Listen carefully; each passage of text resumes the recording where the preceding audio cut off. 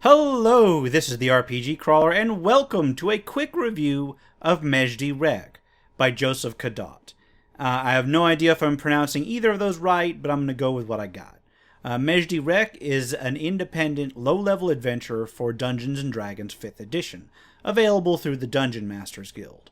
I was sent a review copy for this particular product. However, it listed only $1.95 for the PDF right now, so we'll see if it meets that bar for quality. First, the technical details. The PDF is 57 pages, including a cover page, and the adventure itself is written for a group of characters of levels 1 to 5, with enough variety in the content to be able to start and progress anywhere through that range. The adventure site itself consists of a town, and there are 8 different main and mini quests included, at least 3 major factions to play against one another, opportunities for long-term character investment in the town, and a scattering of statted-out NPCs and minor items. The artwork within consists of flat line drawings in a style reminiscent of old-school adventure art, clean and crisp classic graph maps, and a few full-color versions of the town map itself. I want to say that it's overall a little bit better than I'd expect from a low-budget third-party production, but probably needs just a smidge more refinement to really reach that next tier of higher-end releases. I feel like it's going to be a recurring theme through this review. It's way better than expected. The art is consistently produced and looks like it belongs in the same product, which is, as usual, better than the usual patchwork that you get in these first module-type situations. The maps do stand out a bit, and for instance may best be put through some sort of filter to give them a similar feel to the line art that's used for the rest of the art, or at least at the very least have the key fonts adjusted to line up more clearly within themselves. As it stands, the maps are quite clear and legible, but they do stand out, and they do need a little bit more polish to them. The layout is pretty standard for a 2-column layout flowing around pictures. It's well done and consistent throughout. The writing quality is high, but it is in dire need of a copy editor. I uncovered many usage and a few grammatical errors throughout the entire issue, not enough to really detract from the overall flow, but enough to be quite noticeable when they happened. Maybe it's just the fact that I used to be a copy editor myself and tend to notice those things, at least in other people's work. Anyway, I normally wouldn't note this quite so much, but with the quality of the writing, other than that, pretty high throughout, there's clearly been so much time devoted to fleshing out the history of the town and the backstory of its citizens and so forth. I feel like glossing over the technical details would be a disservice. I also should note that according to the bios at the end, the authors of this module have written novels previously. I'll go ahead and put a link to those as well in the description below, just in case you want to check them out. But basically, the writing is, like the content of the writing and the content of the storytelling is high enough that I think if some time were spent working out the technical issues, the technical writing part, then you'd be looking at a real grade A product here. Technically, the adventure is set in a little town in the Forgotten Realms. It's generic enough to be moved into any standard fantasy campaign. It might be a little too generic, in fact, because although almost nothing in the adventure really lines up from a history or a location perspective with anything in the Forgotten Realms setting. Oh yeah, they give some suggestions as to where to put it, such as down near Thay or Zakhara, which they call Al-Qadim in here. And that might work, but it sounds a lot like the authors wrote the adventure, then tried to shoehorn it into Faerun somewhere so that they could list it on the DM's Guild instead of via the open gaming license. Although now I've actually made that point, now that I've mentioned that, I'm not really going to hold that part too much against them, partly because the rules for release under the DM's Guild can admittedly get a little silly at times, and partly because a lot of the setting issues really arise only because the module includes this very detailed history of the town itself. There's like 4 pages of history of the town covering everything from its founding as the outpost of the out. It used to be this outpost of some unnamed empire, and it tracks its rise and fall through the ages until it finally comes under the eyes of the Smeet family. but their attempt to flesh it out made it a little bit more difficult to plug it into areas. However, I do appreciate the effort, although I wonder just how many players will bother with it. The solution does make sense because one of the major NPCs is old enough to have experienced most of the background that they give for the setting, and how much that NPC played, that NPC played in that history actually becomes pretty important throughout the entire. It may not come, it may not be completely detailed to the players, but it does become important to the overall flow of the story. It'll also allow characters with points of in history to have something to draw on that the DM doesn't have to, pull out of their butt somewhere.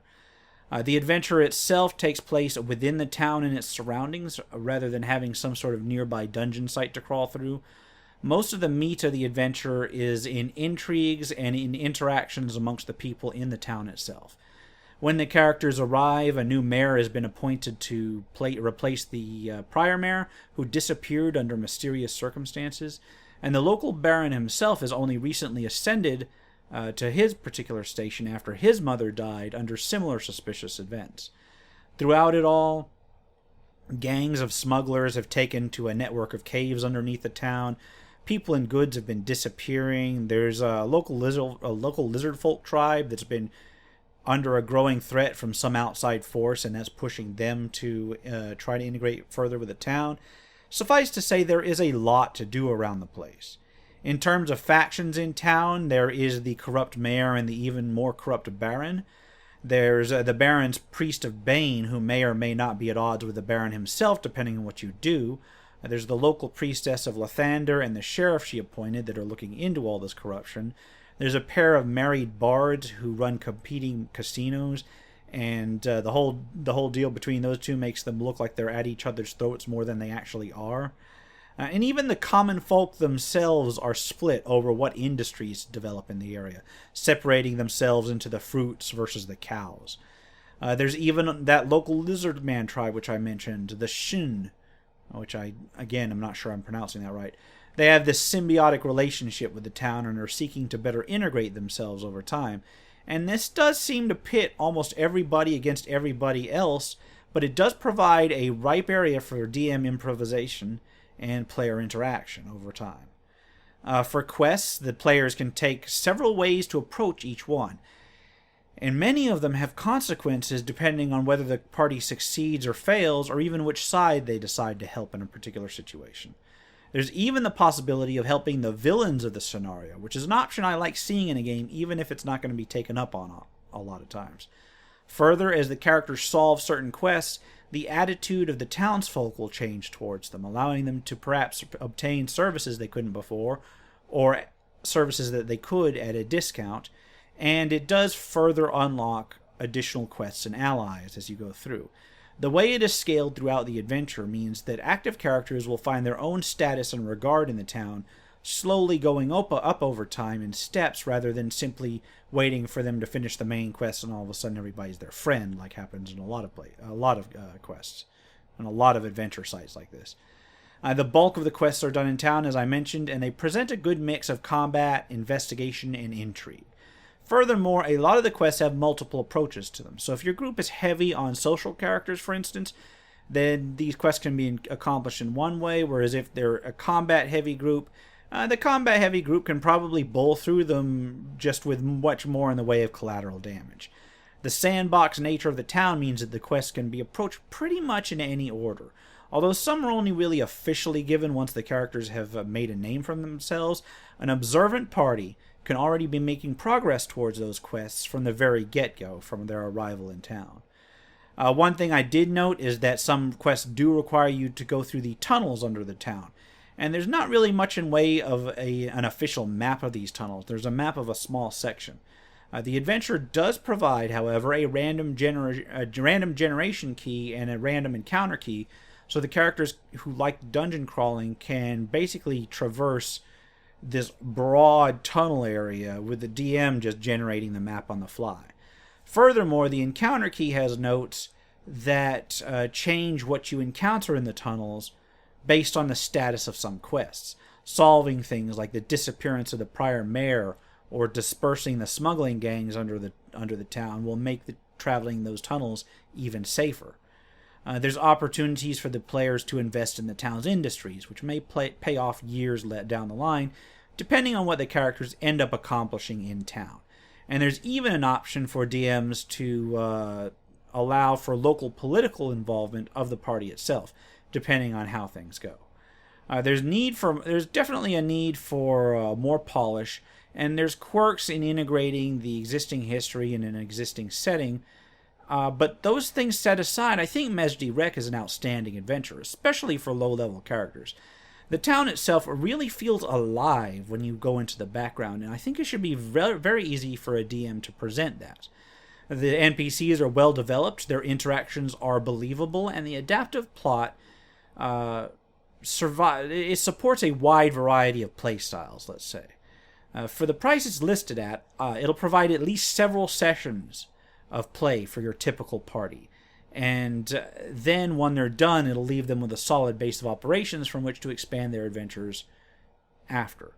I would genuinely like to see the nitpicks that I had with it addressed, if only because I see a fair amount of potential here, either for a re-release or for fixing this particular module or for developing future modules from the same team. I would definitely like to see how this author would handle a more classic site-based adventure or a linked adventure path branching off of this one. Anyway, the link for this will be in the description below. For now, this has been the RPG Crawler. If you like what you've seen, remember to leave a like, comment if you have feedback, and subscribe for more RPG content. Until next time, take care and goodbye.